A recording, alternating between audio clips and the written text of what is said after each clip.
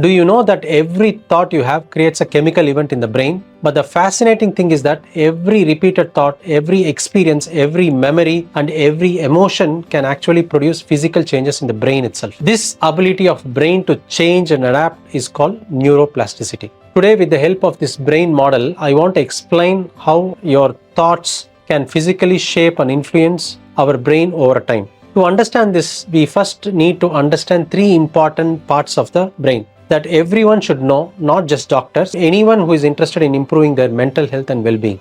The first structure is called amygdala. When we cut the brain into half, we see a small almond-shaped structure inside the brain. It is called amygdala. Whenever there is a fear, anxiety, or any emotional threat, the amygdala activates. It triggers what we call flight and flight response. Whenever it is triggered, your heart rate increases, your stress hormone rises, your muscles become tense, and your body prepares for action. This response is incredibly important for our survival. If our ancestors suddenly encountered a tiger, they didn't have any time to sit down and analyze the situation. They had to react immediately. The amygdala helped them to survive. The problem is that in modern life, the amygdala often reacts not only to physical threat but also to psychological threats. For example, an email from your boss, financial worries, family conflicts, and health concerns. Your brain reacts to these situations as if they are real dangers. Body responds with the same stress response even though there is no tiger in front of you. The second important structure is a prefrontal cortex. This is the prefrontal cortex. This is the whole brain.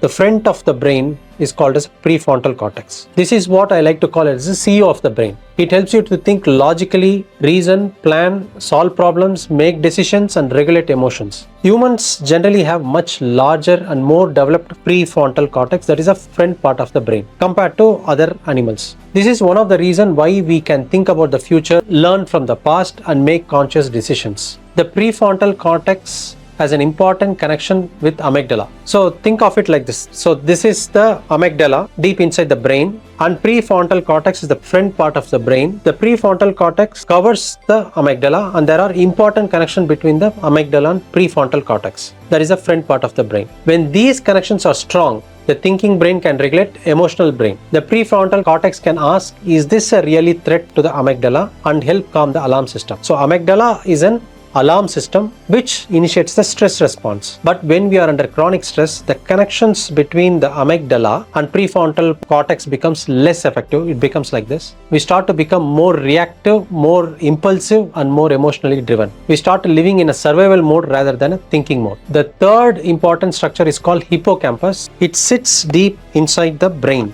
very close to the amygdala, and has an important connection to the prefrontal cortex. So the hippocampus plays a crucial role in learning and memory formation. Think of it like a CPU RAM, like a memory storage and memory access device. It helps us to organize the experience, form new memories, and learn from the past events. The prefrontal cortex constantly draws information from the hippocampus to make a better decision. Now that we understand these three important structures, that is amygdala, prefrontal cortex, that is PFC, and hippocampus. Now let's talk about the mindfulness. Mindfulness reduces the amygdala reactivity, strengthens the prefrontal cortex regulation, and supports healthier hippocampal function, that is memory formation. So many people misunderstood mindfulness. They think mindfulness means having no thoughts. They think mindfulness means emptying the mind. That is not true. Mindfulness is not the absence of thoughts. Mindfulness is awareness of the present moment. Imagine standing beside a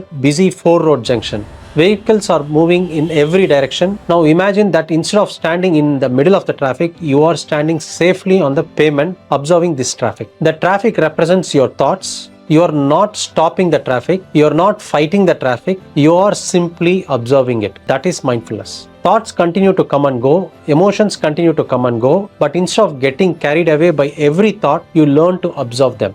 One of the biggest benefits of mindfulness is that it changes the relationship with your thoughts. You're being to realize that just because a thought appears in your mind does not mean it is true. And it does not mean that you have to react to it. Now comes the fascinating part. Mindfulness doesn't just change your experience of stress, it can produce a measurable change inside the brain. Studies using MRI or functional MRI scans have shown that regular mindfulness practice can reduce the reactivity of this amygdala. In simple terms, the alarm system becomes less overreactive reactive. Mindfulness can also strengthen the connections between the prefrontal cortex and amygdala. This means the thinking brain becomes better at regulating the emotional brain. Research has also shown improvements in areas relating to learning, memory, and emotional regulation, including the hippocampus. The result is not that stress disappears, the result is that your response to stress changes. The same event that caused more stressful to you before may now be handled with a greater calmness, clarity, and wisdom. What's remarkable is that some studies have demonstrated measurable brain changes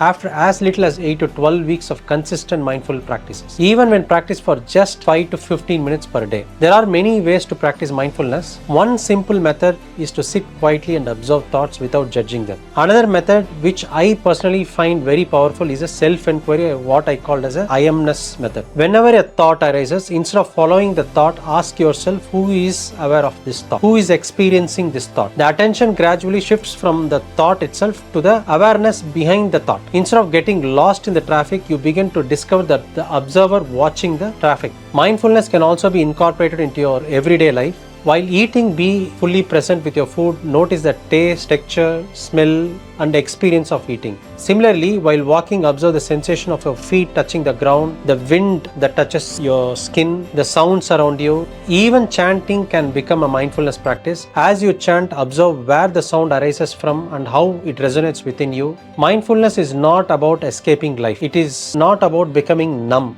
It is not about suppressing your emotions, and it is certainly not replacement for a professional mental health, and it is not certainly a replacement for professional mental health care or medications when they are needed. Mindfulness helps you to develop a healthier relationship with your thoughts, emotions, and stress. It helps you to respond rather than to react. It helps you to think more clearly. It helps you to build resilience. Just as exercises strengthens your muscle through repeated training and adaptation, mindfulness trains the brain. Regular mindfulness practice helps improve attention, emotional regulation, and stress resilience. It helps improve the communications between the amygdala and prefrontal cortex, and between the prefrontal cortex and the hippocampus. And over a period of time, it may physically reshape the brain in ways that support better emotional regulation, better memory formation, and better mental well-being. Just as mindfulness can reshape brain function, exercise can also change the structure and performance of brain. In the next video, we'll explore how physical activity improves the blood flow and strengthens the brain. Just a few minutes a day may not change your life overnight, but practice consistently, it can gradually change how your brain responds to life itself.